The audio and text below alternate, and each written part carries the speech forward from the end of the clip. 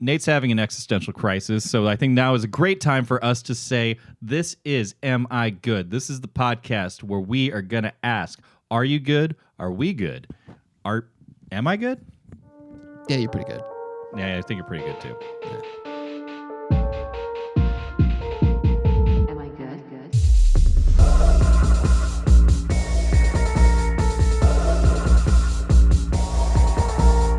So today, we've got a lot of topics. Just seeing behind the curtain, Nate's too deep. Some of your favorite listener submitted things. Hey, did we get anything submitted by the listeners? I really don't read them. And I should, and I'm sorry, so keep DMing. Keep DMing, and Nate DMing. will learn how to read someday. He's getting there. Just stop, because you're DMing me things that I can't talk about on the podcast. Sorry about that. That was from me. It's okay, I know. Yeah. It's mostly Chad. But It's mostly me. We're talking about hobbies. All right. So, okay, I want to know where you're going to go with this. Yeah. What are you into? All right. Something that we've both done. I'm playing Dungeons and Dragons. Am I good? I feel like that there's a couple different schools of thought here. Yeah. I know a number of people that do it. Me the too. people that I know that do it, smart people across the board. And honestly, really like storytelling. Got to be creative. Yeah, you got to be creative. But the question is, am I good? Am I good? Here's the deal. I don't play Dungeons and Dragons anymore. I did when I was 16. I have recently. As a child with no creative outlets Yes. Go on. and nothing to do, trapped on a military base, This is a thing. it was very good for me. But also not to totally demean anybody that's older. No, not at all. There's people I picked up on it. I used to watch my father play. Oh, this is interesting. My father played Dungeons and Dragons, and I used to sit on the end of the table and watch and listen. Fun. Was he DMing? No, he's often playing. I don't think he DM'd. He had a friend named Ed. But this was always in person, I'm guessing, because this is pre like playing it over Discord. or Oh, anything this like is that. in the 90s. This Yeah. is pre phones weren't even invented then. It was in the early 90s. My dad would play, and I used to write up character sheets that I didn't even have a character sheet. I just made it up. That I actually was- sounds fun. Like I that was actually sounds pretty cool. I was obsessed, and I started writing stories. And then my dad was like, "Maybe you should read The Hobbit." So he gave me that, and then I started picking up books from. There was this bookstore in the back in the day called Walden's Books, Yeah, I remember Walden. and I used to like buy anything from Forgotten Realms that I could buy. Anyway, I was a big nerd with that stuff. Yep. Which then led into me being 16, playing Dungeons and Dragons. This actually kind of turned into a really sweet interaction that you had, like a bonding moment with It your kinda dad. did, actually. It kind of like turned like I'm kind of like really like you had that much of a connection with your dad over that long a period of time. To Like, be that's honest, kinda cool. I forgot about it Wow. until right now that I used to watch my dad play. Welcome that to secretly. Nate's therapy. And I presented my father with a character sheet of a drow elf, which ended up being huge. I was kind of hacky. There was R.A. Salvatore was an author with Forgotten Realms that did this whole series on Right. Drizzt Do'Urden, which is Black Elf series. And if you know anything about that, you do. Anyway, yeah, Dungeons and Dragons is for losers. That's what I'm trying to say. That's what I get to you, bunch of losers. Wait, you got tricked. You thought I was with you, and now you suck. Anyway, Chad, what are your thoughts? You're the worst. No, I've played it recently. I've actually had a lot of fun with it. I will say that it's a little bit more involved for my lifestyle than I actually would like. I think there's some connection there. I liked all of us around a table, but during current times, that's kind of not really possible. So most of it's done remotely, which is, I will say, is harder for me because it's harder for me to be on Zoom calls. To me, Zoom calls are like work for the most part. There's something about being in the room. If you're in the room, you're kind of all in it together. I will say that I had the experience of playing with people who were really, really, really, really into it. And that actually was hard for me because it was my first time playing and everyone knew way more about it than I did. It's like being the one kid in class when you're doing a group project and you're like responsible for 1/5 of the project, but you didn't do any of the reading. Like I felt like that kid.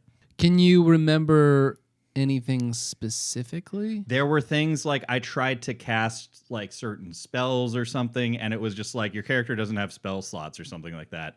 And it'd be like, oh, I had a plan of what to do. And then it's just like, oh, you don't know what your character can do. It's been a while. I never played in my brief time doing it with everybody was always kind of new. There was one person in our group who was in their mid to late 40s and had been playing since they were in their 20s. So when I was playing, it was I'm going to say this and I'm going to be wrong, pre-internet. And we didn't have access to books unless you could go to a game store to buy them. They didn't really exist in the South. They did and they didn't, right? We were able to get... Because they burned them all. Well, there was that, because it was Satan. Oh, right. You Dungeons were and able Dragons to get your equals hands Satan. on like BattleTech stuff. It's a different thing, but it was all the same store. And like, if This you is had actually really we had 20-sided dice and stuff like that. Okay, you can get those. True story. I had to hide that shit from my mother. You had to hide it from your mom? My dad was able to do it because my dad was a badass. Wait. Back this up. Your dad was playing Dungeons and Dragons. Openly in the house. Openly in the house. Yes. That you were forbidden from because it was the seed of Satan. It was a little bit of the devil. I just had to be careful. I couldn't show it. My mom couldn't know that I was doing it. It was an odd thing of Southern Baptist, like a Southern Baptist household where my dad was this atheist warrior Jew. Amazing. And my mom was a Southern Baptist. So I had to hide Dungeons and Dragons. This is like a thing, yeah. I love this so much. I'm learning so much about you, Rumi. That's all true, but remember, if you play Dungeons and Dragons, you're a loser. Gotcha. God damn Oh no, that is true. I did have to hide that shit though. That's actually pretty great. During pandemic, we did one that was once a week. I'll be very honest.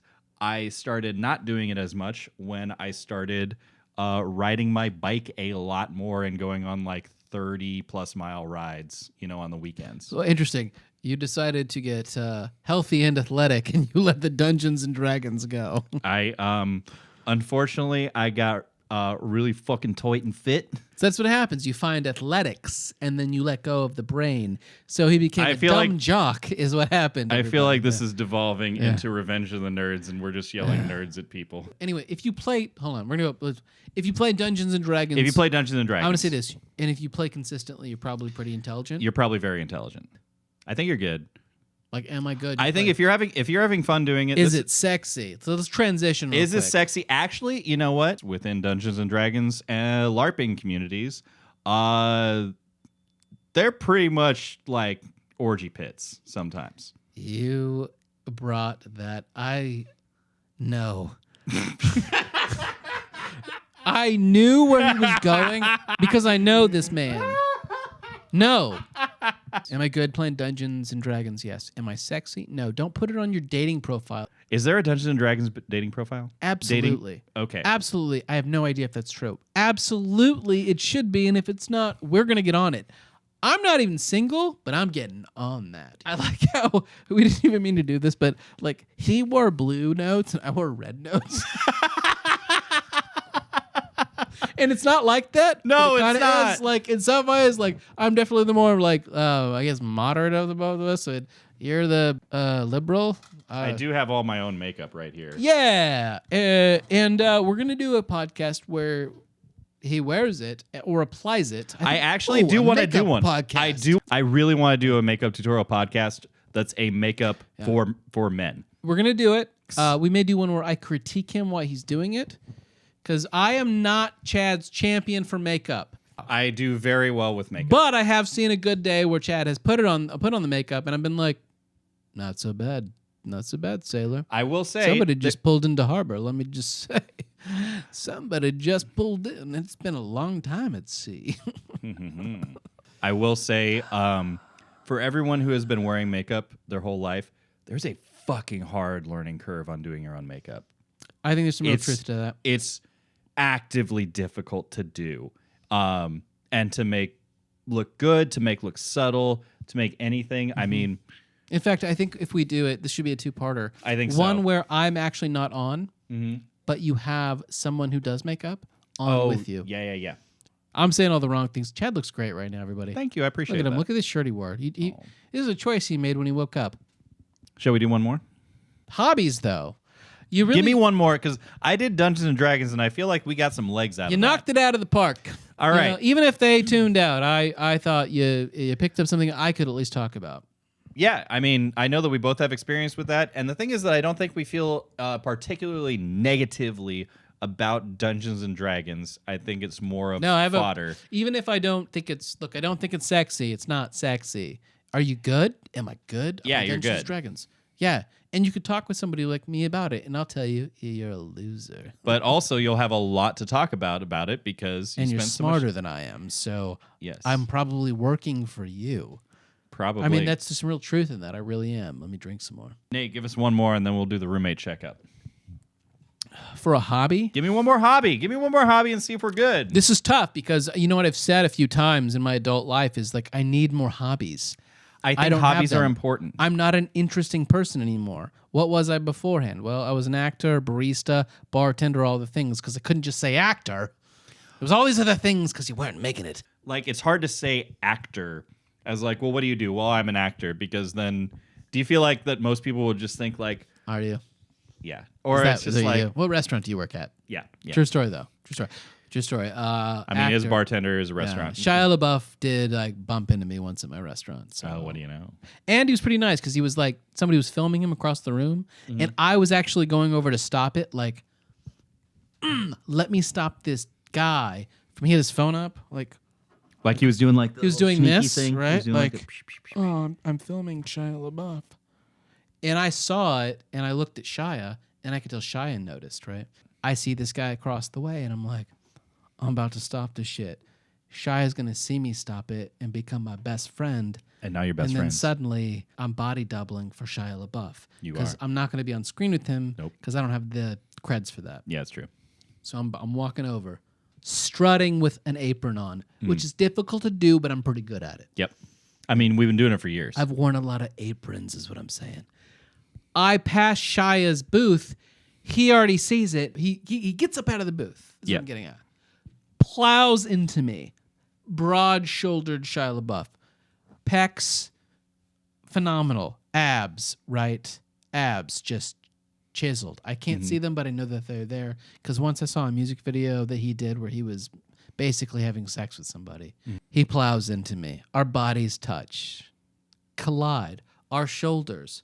It's like the clothing wasn't there. I was wearing clothing, an apron. I don't like to mention it, but I was wearing one. This is I guess our that makes romance novel. I was wearing an apron. He wasn't. Is what it is. The fact that he's sleeveless and his biceps are like rippling, and his shoulder Undulating. collides with mine, right? But but you know what's great is as an actor, Shia and I were like, it's like we were in a scene together. We both had the same goal: destroy this guy that is filming. And this guy was just that so like goatee, shaved, like Hawaiian shirt. He was doing a thing. He was from the Valley. He was definitely from the Valley. We had a lot of porn people coming to the restaurant, so he very well could have been. I'm just saying. But I mean, like how not it like a was. professional porn person, but somebody that's just like, oh yes, I'm a filmmaker in the adult entertainment industry, but he's not really. He's just like got his phone cam out. a lot of porn producers, a lot of porn actresses would come in. Yep. I don't know how I know that. I just do. Anyway, so Shia and I are zeroed in. We're locked in. Collides with me. Our shoulders touch. We have a moment. It's And then passionate. it's his bad. Here's what happens. I'm about to stop this thing. He collides with me. He interrupts the scene, but it's a scene we're doing together almost. He doesn't really interrupt. It's like he just doesn't get it because Shia, we've been acting around the same amount of time. He stops to apologize to me that he ran into me. Like, oh, hey, I'm sorry. Shia is apologizing to my face that he ran into me as we're about to go stop this guy. And it's just like, Shia, actor 101, continue the scene. Continue the scene, Shia LaBeouf. We're about to go do this thing. We can do it together, but he becomes kind of a scene stealer at this point and decides he's going to apologize to me and push me back. Push you out of the scene. And then goes all the way. So I'm stopped dead in my tracks in my apron, remembering where I am. I'm a waiter in this theater of life. I'm the ancillary character to the Shia LaBeouf show that is happening. the shaved head of Shia LaBeouf. And I don't blame him, but I do. He goes around to the guy and he goes around the guy's back. So the guy's filming on his phone. Yeah. And Shia goes over his shoulder and he goes, hey, how's that working for you? How's that going? Which I think was actually, when he said, how's that working for you? You did Dr. Phil'd him? I think he Dr. Phil. I've never watched a single episode of Dr. Phil. I have because it came right on after Oprah. But he goes, how's that working for you? And it was just like, not only are you stealing Dr. Phil, you've ruined the scene that I was a part You've of. ruined the scene. My big day in Hollywood was to go save Shia LaBeouf Like that was my big moment in Yeah. LA. That's why I moved to LA, was to save them. And then I had to sit there and I had to say this one. You know what question I had to ask myself? What was that? Am I good? I think you're good. You should like and subscribe. We should probably say that really early on.